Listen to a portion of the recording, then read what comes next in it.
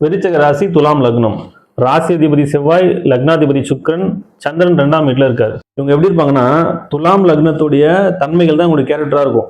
அதாவது ஒரு வேகம் இருக்கும், எந்த ஒரு விஷயத்தையும் சீக்கிரமா செஞ்சு முடிச்சுன்ற அவசர புத்தி இருக்கும்.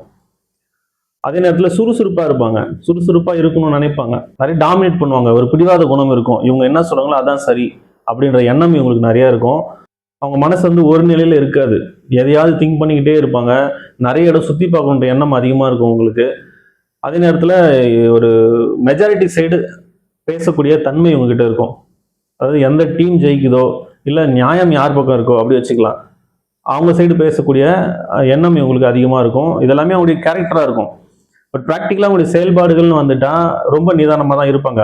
மனசுக்குள்ள கோபம் வந்தால் கூட அதை வெளி காட்ட மாட்டாங்க, சூழ்நிலைக்கு ஏற்ற மாதிரி காட்டுவாங்க. கொஞ்சம் கொஞ்சமாக சேர்த்து வச்சு மொத்தமாக வெடிச்சிருவாங்க. ரொம்ப எமோஷனலாக இருப்பாங்க, ரொம்ப சென்சிட்டிவாக இருப்பாங்க. ஒரு சின்ன நிகழ்ச்சி கூட அவங்களுக்கு பெருசாக பாதிக்கும். ஒரு சின்ன நல்லது நடந்தால் கூட பெருசாக சந்தோஷப்படுவாங்க, சின்ன கெட்டது நடந்தால் கூட பெருசாக கஷ்டப்படுவாங்க.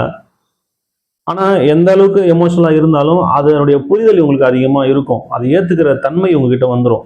இவங்களுக்கு ஒரு ஞானம் இருக்கும். அதாவது வாழ்க்கையை பற்றின புரிதல், தன்னுடைய மனசு, உடம்பு, தன்னுடைய சுற்றுச்சூழல், உறவினர்கள், ஃப்ரெண்ட்ஷிப், இது எல்லாமே வந்து அவருடைய தன்மை என்னன்றதை புரிஞ்சுக்கிற விஷயம் அவங்கக்கிட்ட இருக்கும். அதை உணர்ந்து அதுக்கேற்ற ஞானம் அவங்கக்கிட்ட இருக்கும். ஸோ அவங்களுக்கு இருக்கிற ஞானத்தை மற்றவங்களுக்கு சொல்லிக் கொடுக்குற தன்மை கூட அவங்கக்கிட்ட இருக்கும்.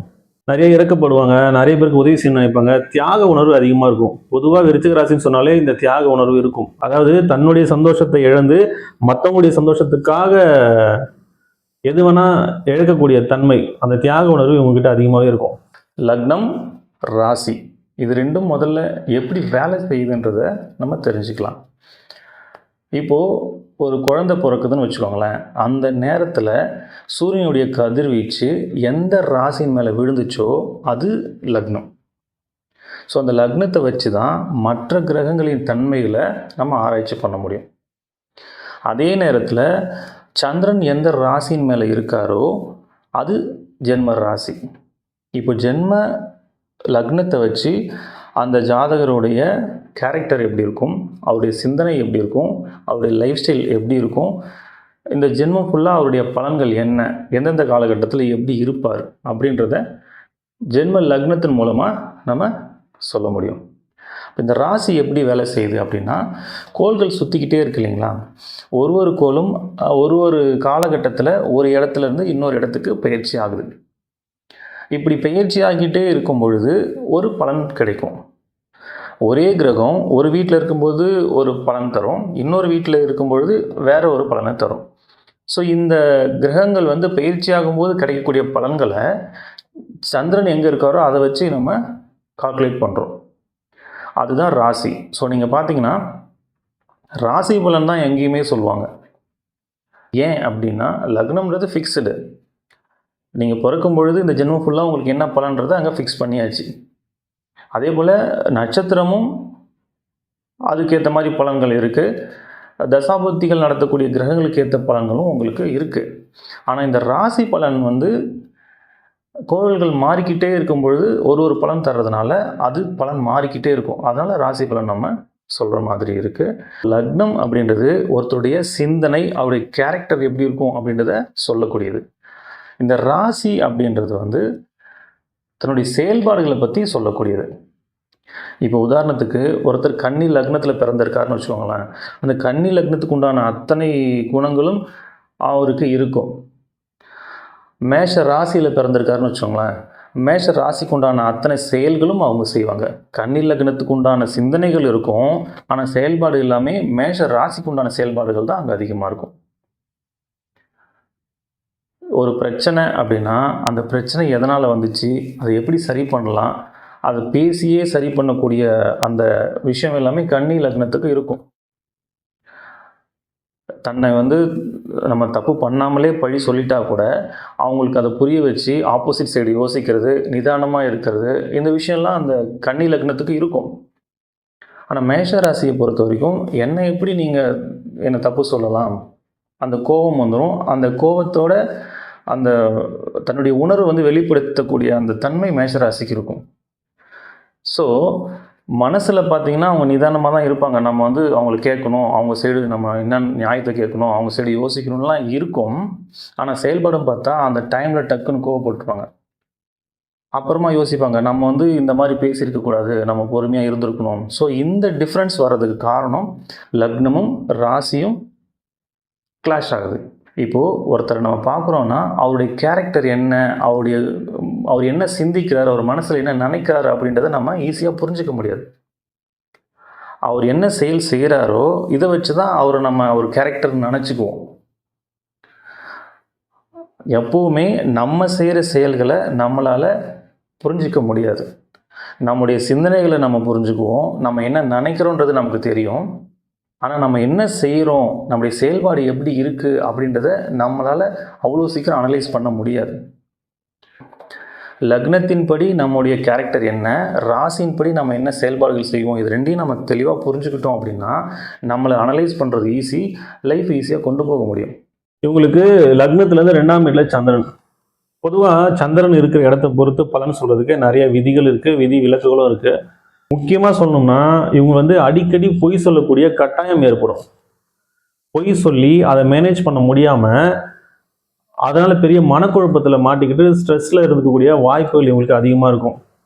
அதாவது பொய் சொல்லணும் அப்படின்றது இவங்களுடைய ஆசை கிடையாது. பட் அந்த சந்தர்ப்பம் அங்கே அது மாதிரி உருவாயிடும்.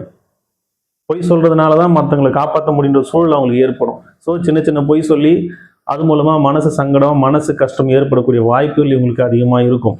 இது பொது விதி தான். மற்ற கிரகங்களின் அடிப்படையிலே இந்த பலன்கள் மாறக்கூடிய வாய்ப்புகளும் இருக்குது. அதே போல் வளர்பிறை சந்திரனாக இருந்தால் நல்ல பலனும், தேய்பிறை சந்திரனாக இருந்தால் கெடு பலனும் தருவார்னு சொல்லியிருக்காங்க. உங்கள் ஜாதகத்தில் எப்படி இருக்காருன்னு செக் பண்ணிக்கோங்க. அதாவது சந்திரன்லேருந்து 7ஆம் வீடு ரிஷபம், இங்கே சூரியன் இருந்தார்னா அது பௌர்ணமி சந்திரன். சந்திரன் கூடவே இருந்தார்னா அது அமாவாசை, அது சூரியன்.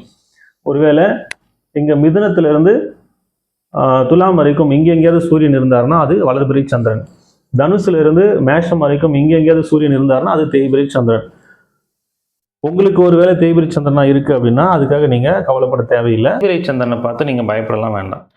இப்போ ஒரு ஜாதகத்தில் லக்னாதிபதி எப்படி இருக்காரு, நட்சத்திர அதிபதி எப்படி இருக்காரு, குரு எப்படி இருக்காரு, உங்களுக்கு தசாபதிகள் நடத்தக்கூடிய கிரகங்கள் எப்படி இருக்குது, ஸோ இதெல்லாம் பார்த்து இப்போ எந்தெந்த கிரகங்கள் சேர்க்கை இருக்குது, அது மூலமாக என்ன பலன் வருது, இப்படிலாம் நிறைய நம்ம ஆராய்ச்சி பண்ணும்பொழுது உங்களுக்கு பலன்கள் மாறும். பொதுவாக வந்து சந்திரன் தேய்பிரையில் இருந்தால் சில சங்கடமான நிகழ்வுகள் நடக்கும்ன்றது அது பொது விதி, அவ்வளோதான். அது எல்லாருக்கும் நடந்தே தீரணும்னு கட்டாயம்லாம் இல்லை. அதுக்காக அது ஒரு பெரிய விஷயமா நினச்சி நீங்கள் கவலைப்பட தேவையில்லை. நீங்கள் ஒரு ஜாதகம் பார்க்க போகிறீங்கன்னா அதில் நல்ல பலனும் சொல்லுவாங்க, கெட்ட பலனும் சொல்லுவாங்க. எவ்வளோ பெரிய நல்ல ஜாதகமாக இருந்தாலும் அதில் கெட்ட பலனும் ஒன்று இருக்கும். எவ்வளோ கெட்ட ஜாதகமாக இருந்தாலும் அதில் நல்ல பலன்களும் இருக்கும். நல்ல பலன்களை சொல்லும்பொழுது எப்போவுமே நமக்கு மோட்டிவேஷனாக தான் இருக்கும். அதே கெடுபலன் சொல்லிட்டாங்கன்னா அதை ஹேண்டில் பண்ண முடியாமல் ப்ரெஷரில் மாட்டிக்கிட்டு அதை செய்யணும்னு நினச்ச விஷயத்த செய்ய முடியாமல் அவங்க லைஃப் ஸ்டைலே மாறி போய் சைக்காலஜிக்கலாக ஒரு பெரிய ப்ராப்ளத்தில் மாட்டிக்கிறாங்க. ஸோ இந்த நேரத்தில் நம்ம எப்படி ஹேண்டில் பண்ணணும், நமக்கு ஒரு கெடுபலன்னு சொல்லிட்டாங்கன்னா அதை நம்ம எப்படி ஹேண்டில் பண்ணணும், அதை முதல்ல நம்ம கற்றுக்கணும். இப்போது நீங்கள் ஒரு ஜாதகம் பார்க்க போகிறீங்க, ஒரு வீடு கட்டவோ இல்லை ஒரு கல்யாணத்துக்காகவோ இல்லை ஒரு பிஸ்னஸ் ஸ்டார்ட் பண்ணுறதுக்காகவோ இல்லை ஏதோ ஒரு முக்கிய முடிவு எடுக்கிறதுக்காக நீங்கள் ஜாதகம் பார்க்க போகிறீங்க. அவங்க வந்து உங்களுக்கு 2 வருஷம் நேரம் சரியில்லைன்னு சொல்லிட்டாங்கன்னு வச்சுக்கோங்களேன். இப்போ இந்த நேரத்தில் சில பேர் என்ன பண்ணுவாங்கன்னா, இந்த 2 வருஷம் நமக்கு நேரம் சரியில்லை, அந்த 2 வருஷம் நம்ம எதையுமே பண்ணக்கூடாதுன்னு ஒதுக்கி வச்சுருவாங்க. இன்னும் சில பேர் என்ன பண்ணுவாங்கன்னா, நேரம் சரியில்லை ஆனால் நம்ம செய்கிற விஷயத்த செய்யாமல் இருக்க முடியாது, நம்ம செஞ்சு தான் ஆகணும் அப்படின்னு சொல்லி பயந்துக்கிட்டே செஞ்சுருவாங்க. இன்னும் சில பேர் என்ன பண்ணுவாங்கன்னா, நேரம் சரியில்லைன்னா என்ன, நான் செய்கிறத செய்வேன் அப்படின்னு செய்வாங்க. ஸோ இந்த மாதிரியான மனநிலைகள் எல்லாமே ஒரு தவறான ஒரு முடிவை தான் ஏற்படுத்தும். இதை எப்படி ஹேண்டில் பண்ணணும் அப்படின்னா, இப்போது 2 வருஷம் நம்ம நேரம் சரியில்லைன்றதுனால எதையுமே செய்யாமல் 2 வருஷம் கழித்து நமக்கு நேரம் நல்லா இருக்கும் பொழுது நம்ம ஒரு செயலை செய்ய போகிறோம், ஒரு பிஸ்னஸ் ஸ்டார்ட் பண்ணுறோம் அப்படின்னா அங்கே 1000 ரூபாய்க்கு உழைச்சிங்கன்னா அந்த 1000 ரூபாய் உங்களுக்கு கிடைக்கும். ஆனால் அந்த 2 வருஷம் சும்மா இல்லாமல் நீங்கள் உங்களுடைய உழைப்பை அதில் போடுறீங்க. 2 வருஷம் கழித்து உங்களுக்கு டைம் மாறுது அப்படின்னா இந்த உழைப்பு நீங்கள் இதில் போடுறீங்க இல்லையா, அந்த உழைப்பு போடும் பொழுது 1000 ரூபாய்க்கு உழைப்பு போடுறீங்க, 10 ரூபாய் தான் கிடைக்கிது. அப்போ அந்த நேரம் மாறுற வரைக்கும் அதை நீங்கள் ரன் பண்ணி கொண்டு வரணும்ல. இப்போ 10 ரூபாய் தான் கிடைக்குதுன்னா உங்களால் அந்த பிஸ்னஸே ரன் பண்ண முடியாமல் அதை நம்ம ஷட் டவுன் பண்ணிட்டு போகிற மாதிரியான சூழல் உருவாகிடும்ல. அப்போ இது மாதிரி நம்ம செய்ய முடியாது.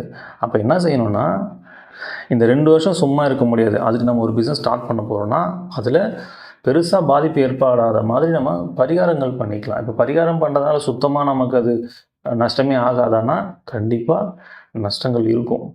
கெட்ட நேரத்தில் நமக்கு ஒரு கெட்டது நடக்கணும்னா அதை தவிர்க்கவே முடியாது. ஆனால் 1000 ரூபாய்க்கு நீங்கள் உழைக்கிறீங்க, 10 ரூபாய் தான் உங்களுக்கு கிடைக்குன்ற இடத்துல பரிகாரம் பண்ணிவிட்டு நீங்கள் அந்த விஷயத்தை செய்யும் பொழுது ஒரு 100 ரூபாய் கிடைக்கும். ஸோ அந்த நல்ல நேரம் வர்ற வரைக்கும் உங்களால் அதை ரன் பண்ணி கொண்டு போக முடியும். ஆனால் அதுக்கப்புறம் நீங்கள் உழைச்ச உழைப்பு இருக்கு இல்லையா, இங்கே நீங்கள் என்னென்ன உழைப்பெல்லாம் உங்களுக்கு வீணாக போச்சோ, எவ்வளோ நஷ்டமாச்சோ அதை விட பல மடங்கு இங்கே திரும்ப கிடைக்கும். இப்போ நிறைய பேர் நேரம் சரியில்லைன்ற ஒரு காரணத்தினால எதையுமே செய்யாமல் விட்டுறாங்க. ஸோ அந்த மாதிரி இருக்கக்கூடாதுன்றதுக்காக நான் சொல்கிறேன், நீங்கள் கட்டாயம் செய்யுங்க. அந்த உழைப்பு அந்த நேரத்தில் பலன் தரலனாலும் உங்களுக்கு நேரம் மாறும் பொழுது பல மடங்கு திரும்ப கிடைக்கும். நல்ல நேரம் வந்துச்சுன்னா 1000 ரூபாய்க்கு நீங்கள் உழைச்சிங்கன்னா 10,000 கிடைக்கலாம், 1 லட்சமும் கிடைக்கலாம். அதுக்கு நீங்கள் என்ன பண்ணியிருக்கணும், கெட்ட நேரமாக இருந்தால் கூட உங்களோட உழைப்பை மிஸ் பண்ணக்கூடாது. நீங்கள் எல்லா நாளும் அந்த உழைப்பை போட்டுக்கிட்டே இருக்கணும். அதுக்கு தான் சொன்னேன், வெறும் உழைப்பு மட்டும் நீங்கள் போடும் பொழுது அந்த நல்ல நேரம் வரைக்கும் அந்த பிஸ்னஸை கொண்டு போக முடியாமல் போகலாம். அதுக்கு தான் சின்ன சின்ன பரிகாரங்கள் பண்ணிக்கணும். பரிகாரம் பண்ணணும்னா பணம் செலவு பண்ணி தான் பண்ணணும், கட்டாயம்லாம் இல்லை. பணம் செலவு செய்யாமலே நிறைய பரிகாரங்கள் செய்ய முடியும். அது என்னன்றது நான் திரும்ப பின்னாடி சொல்கிறேன். ஸோ எவ்வளோ கெடுபலன்கள் நம்ம ஜாதகத்தில் இருந்தாலும் அதை சரி பண்ணுறதுக்கு ஆப்ஷன் ஒன்று இருக்குது. அதனால் நீங்கள் சந்திரன் தேய்பிரியாக இருக்கிறதுனால நமக்கு ஏதோ பெரிய பிரச்சனையாக இருக்குமோ அப்படின்னு பயப்பட வேணாம். அதனால் வரக்கூடிய பாதிப்புகளை நம்ம சரி செய்கிறதுக்கும் நம்மக்கிட்ட வாய்ப்புகள் இருக்கும். அந்த ஜாதகத்தில் பார்க்கும்பொழுது கண்டிப்பாக இருக்கும். அதனால் நீங்கள் பயப்பட வேண்டாம். இவங்களுக்கு வேலையை பற்றி சொன்னோம்னா, பெரும்பாலும் இவங்களுக்கு வியாபாரம் செய்யக்கூடிய ஆர்வம் ரொம்ப அதிகமாக இருக்கும். வியாபாரம் செய்யணும், நிறைய ட்ராவல் பண்ணணும், மார்க்கெட்டிங் பண்ணணும், இது மாதிரியான ஆர்வம் இவங்களுக்கு ரொம்ப அதிகமாக இருக்கும். ப்ராக்டிக்கலாக உங்களுக்கு எது மாதிரியான வேலைகள் கிடைக்கக்கூடிய வாய்ப்புகள் அதிகம்னா, மக்களுக்கு சர்வீஸ் பண்ணணும், அதே நேரத்தில் பாதுகாப்பு கொடுக்கணும், அது மாதிரியான வேலை. போலீஸாக இருக்கிறது, மிலிட்டரியில் இருக்கிறது, டாக்டர், நர்ஸ், இது மாதிரியான வேலைகள் செய்யக்கூடிய வாய்ப்புகள் அதிகமாக இருக்கும். அட்மினிஸ்ட்ரேஷன் லெவலில் இருக்கக்கூடிய வாய்ப்புகள் அதிகம். எந்த துறையில் இருந்தாலுமே உயர் பதவியில் இருக்கக்கூடிய வாய்ப்புகள், ஒரு IAS, IPS, கெசட்டட் ரேங்கில் இருக்கிறது, ஒரு சூப்பர்வைசராக இருக்கிறது, எங்கே இருந்தாலும் அந்த மாதிரி ஏதோ ஒரு போஸ்டிங் இருக்கக்கூடிய வாய்ப்புகள் இவங்களுக்கு கிடைக்கும். நிலம் சார்ந்த வேலை, நில ஆராய்ச்சி, நிலத்திலிருந்து கிடைக்கக்கூடிய பொருட்கள் மூலமாக கிடைக்கக்கூடிய வேலைகள், இரும்பு சம்மந்தப்பட்ட வேலை, இயந்திரம் சம்மந்தப்பட்ட வேலை, ப்ரொஃபஸராக இருக்கிறது, டீச்சராக இருக்கிறது, இது மாதிரியான வேலைகள் கிடைக்கக்கூடிய வாய்ப்புகள் இவங்களுக்கு ரொம்ப அதிகமாக இருக்கும். திருமண வாழ்க்கையை பொறுத்த வரைக்கும் காதல் திருமணம் செய்யக்கூடிய வாய்ப்புகள் ரொம்ப அதிகம். இவங்களுக்கு தியாக உணர்வு அதிகமாக இருக்கிறதுனால தன்னுடைய கணவனோ மனைவியோ அவங்களுக்காக எது வேணால் செய்வாங்க. அவங்க ரொம்ப நல்லா பார்த்துப்பாங்க, ரொம்ப அன்பாக இருப்பாங்க, பாசமாக இருப்பாங்க, ரொமான்டிக்காக இருப்பாங்க, அவங்களுக்கு நல்லா என்டர்டெயின் பண்ணுவாங்க. பட் என்ன இங்கே பிரச்சனை அப்படின்னா, இவங்களுக்கு உணர்வுபூர்வமாக இருக்கணும்னு நினைப்பாங்க. தன்னுடைய கணவனோ மனைவியோ தன்னுடைய உணர்வுக்கு அதிகமாக முக்கியத்துவம் தரணும்னு நினைப்பாங்க. ரொம்ப அட்டென்ஷன் தன்மையிலேயே இருக்கணும் அப்படின்னு எதிர்பார்ப்பாங்க. அந்த பொசசிவ்னஸ் அதிகமாக இருக்கும். அதனால இவங்களுக்கு எந்த சூழலாக இருந்தாலும் ஏற்றுக்கிற தன்மை இவங்ககிட்ட அதிகமாகவே இருக்கும். பட் கொஞ்சம் கொஞ்சமாக சேர்த்து வச்சு ஒரே டைமில் பெருசாக அவங்க ரியாக்ட் பண்ணுவாங்க. அவங்களுடைய அன்பாக இருந்தாலும் சரி, கோபமாக இருந்தாலும் சரி. ஸோ அது சம்டைம்ஸ் பிரச்சனை வர்றதுக்கான வாய்ப்புகள் இருக்குது. ஆனால் அதை சரி பண்ணுற கெப்பாசிட்டியும் உங்ககிட்ட இருக்கும். இது பொதுவான பலன் தான். மற்ற கிரகங்களின் அடிப்படையில் பலன்கள் மாறக்கூடிய வாய்ப்புகள் இருக்குது. உங்கள் லைஃப்பில் நிறைய ப்ராப்ளம் ஃபேஸ் பண்ணுறீங்கன்னு நினச்சிங்கன்னா நம்ம சொல்லக்கூடிய எளிமுறை பரிகாரங்களை நீங்கள் வீட்டிலே செஞ்சுக்கோங்க. நிச்சயமாக பிரச்சனைகள் குறையும். பரிகாரம் ஏன் சார் பண்ணணும்? பரிகாரம் பண்ணால் பிரச்சனை தீர்ந்துருமா? நிச்சயமாக தீராது. இப்போது நம்ம ஜாதகத்தில் இருக்கக்கூடிய நல்ல பலன்களை நம்ம அனுபவித்து தான் தீரணும். அதே போல் கெடு பலன்களையும் கட்டாயம் அனுபவிக்கணும்.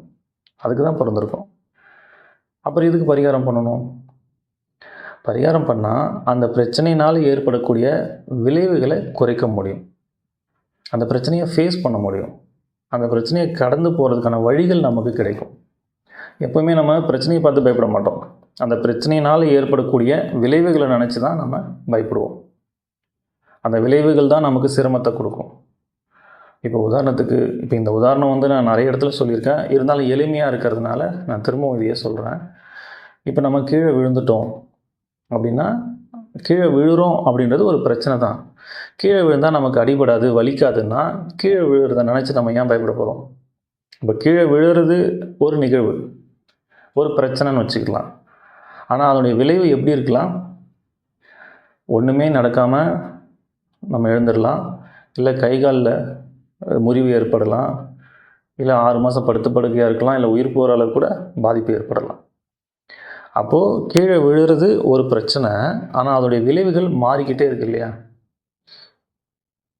இப்போ நம்ம பரிகாரம் பண்ணுறதுனால என்ன நடக்கும்னா, அந்த கீழே விழுற பிரச்சனையை நம்ம தவிர்க்க முடியாது, ஆனால் அதனால் ஏற்படக்கூடிய பாதிப்பை நம்ம குறைக்க முடியும். நம்ம ஜாதகத்தில் பிரச்சனைகளை ஏற்படுத்தக்கூடிய கிரகங்களை சாந்தப்படுத்தவும், அதனுடைய வீரியத்தை குறைக்கவும் நம்ம செய்யக்கூடிய செயல்கள் அனைத்துமே பரிகாரம் தான். சரி, இந்த பரிகாரம் பணம் செலவு பண்ணி தான் பண்ணணுமா? பரிகாரம் பல வழிகளை நம்ம செய்ய முடியும். பணம் செலவு பண்ணி செய்கிறது எவ்வளோ வழிகள் இருக்குது. பணம் செலவு பண்ணாமல் நான் செய்யக்கூடிய நமக்கு வழிகள் நிறையா இருக்குது. என்னால் பெருசாக பொருள் செலவு பண்ண முடியாது, ஆனால் பரிகாரம் பண்ணணும்னு நினைக்கிறவங்களுக்கு நான் சொல்லக்கூடிய விஷயங்கள்லாம் நீங்கள் தாராளமாக ஃபாலோ பண்ணலாம்.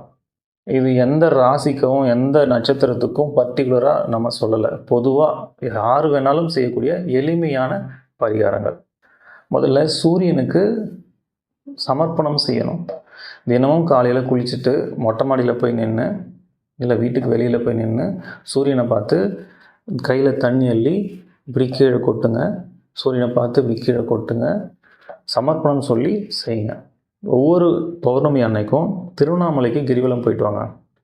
பௌர்ணமி அன்னைக்கு போகிறதுக்கு எனக்கு வாய்ப்பு இல்லை சார் அப்படின்னா, வளர்பிறை டைமில் ஏதோ ஒரு நாள் நீங்கள் போயிட்டு வரலாம்.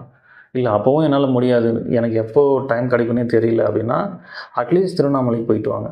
என்னால் திருவண்ணாமலைக்கு போகிற அளவுக்கு எனக்கு சுச்சுவேஷன் இல்லை சார் அப்படின்னா, நீங்கள் எங்கே இருக்கீங்களோ அங்கேயே நீங்கள் மொட்டை மாடியிலேருந்து சந்திரனுடைய ஒளியில் உங்களால் எவ்வளோ நேரம் இருக்க முடியுமோ இருக்கலாம் பௌர்ணமி அன்னைக்கு. அடுத்தது நவகிரகங்களை சுற்றுங்க. இந்த நவகிரகங்கள் சனிக்கிழமையில் சுற்றுறது சிறப்பு. ஏன் சனிக்கிழமையில் சுற்றணும் அப்படின்னா, ஒவ்வொரு நாளும் சூரியன் உதிக்கிற நேரத்தில் எந்த கிரகங்களுடைய கதிர்வீச்சு பூமி மேலே படுதோ அந்த கிரகத்தினுடைய ஆதிக்கம் அந்த நாளில் இருக்கும். அப்படி தான் நம்முடைய வாரங்கள் இருக்கும். தமிழ் வாரங்கள் 7 நாள் வருது இல்லைங்களா? 7 நாளுமே ஒரு கிரகத்தின் ஆதிக்கம் அங்கே அதிகமாக இருக்கும். அதுபோல் சனி பகவானுடைய ஆதிக்கம் சனிக்கிழமைகளில் அதிகமாக இருக்கும். சனி கிரகத்திலேருந்து வரக்கூடிய கதிர்வீச்சுகள் மூலமாக நமக்கு பலன்கள் கிடைக்கும். பூமியிலிருந்து சனி கிரகம் ரொம்ப தொலைவில் இருக்கிறதுனால இடைப்பட்ட தூரத்தில் இருக்கக்கூடிய கிரகங்கள் அதனுடைய கதிர்வீச்சையும் அதனுடைய பலன்களையும் நம்ம பெறக்கூடிய வாய்ப்புகள் சனிக்கிழமைகளில் அதிகமாக இருக்கும். அதனால் சனிக்கிழமைகளில் நம்ம நவகிரகங்களை சுற்றி வரணும். நவகிரகங்களை சுற்றும் பொழுது ஒரு கிரகத்தின் பேரை சொல்லி போற்றி சொல்லி சுற்றிட்டு வாங்க. சூரிய பகவானை போற்றி, சந்திர பகவானை போற்றி, செவ்வாய் பகவானை போற்றி, புத பகவானை போற்றி, குரு பகவானை போற்றி, சுக்கிர பகவானை போற்றி, சனி பகவானை போற்றி 7 சுற்று கிளாக் வைஸ் சுற்றணும். எதிர் திசையில் 2 சுற்று சுற்றணும். ராகு பகவானை போற்றி, கேது பகவானை போற்றி சனிக்கிழமைகளில் நவகிரகங்களை சுற்றிட்டு வாங்க. வயசானவங்களை நீங்கள் ரோட்டில் ஆதரவு இல்லாமல் இருக்கிற வயசானவங்களை பார்த்தீங்கன்னா அவங்களுக்கு சாப்பாடு வாங்கி கொடுங்க. அவங்கள பார்க்கணுன்றதுக்காகவே நீங்கள் சாப்பாடு வாங்கிட்டு போய் கொடுத்தீங்கன்னா இன்னும் சிறப்பு. அவங்களுக்கு செஞ்சால் நமக்கு புண்ணியம் நினச்சி தயவு செஞ்சு செய்யாதீங்க. அவங்களுக்கு பசிக்கும், அவங்க பசி ஆற்றணும் அப்படின்ற எண்ணத்தில் நீங்கள் அந்த சாப்பாடை வாங்கி கொடுங்க. மாற்றுத்திறனாளிகள் இருந்தாங்கன்னா அவங்களுக்கு உடல் உழைப்பு கொடுங்க. பணம் செலவு பண்ணுறதை விட நம் உடல் உழைப்பு அதிகமாக கொடுக்கறது தான் பலன்கள் அதிகமாக இருக்கும். இது எல்லாமே ரொம்ப எளிமையாக நீங்கள் செய்யக்கூடிய ஒரு பரிகாரங்கள் தான். இதை நீங்கள் செய்கிறதுனால எளிமையான பரிகாரம் தான், ஆனால் பலன் ரொம்ப பெருசு. நீங்கள் செஞ்சு பாருங்கள், உங்களுக்கு நிறைய பலன்கள் கிடைக்கும். இல்லை சார் எனக்கு இது பண்ணுறதுக்கான வாய்ப்புகளே எனக்கு இல்லை அப்படின்னு இருந்தீங்கன்னா, நீங்கள் எந்த நட்சத்திரம் எந்த ராசியாக இருந்தாலும் எதை பற்றியும் கவலைப்படாதீங்க. முருகனை கெட்டியாக பிடிச்சிக்கோங்க. மனசார முருகனை வேண்டி குருவாய் வருவாய் அருள்வாய் குகனே இதையே திரும்ப திரும்ப சொல்லுங்கள். இதை விட பெரிய பரிகாரம் எதுவும் இல்லை. அதாவது நிறைய வழிகள் இருக்குது. எதுவுமே பண்ண முடியாமல் இருக்கிறவங்களுக்கு இதுதான் பரிகாரம். சரிங்களா? இதெல்லாம் நீங்கள் ஃபாலோ பண்ணுங்கள். நிச்சயமாக உங்கள் வாழ்க்கையில் பெரிய மாற்றம் நிகழும்.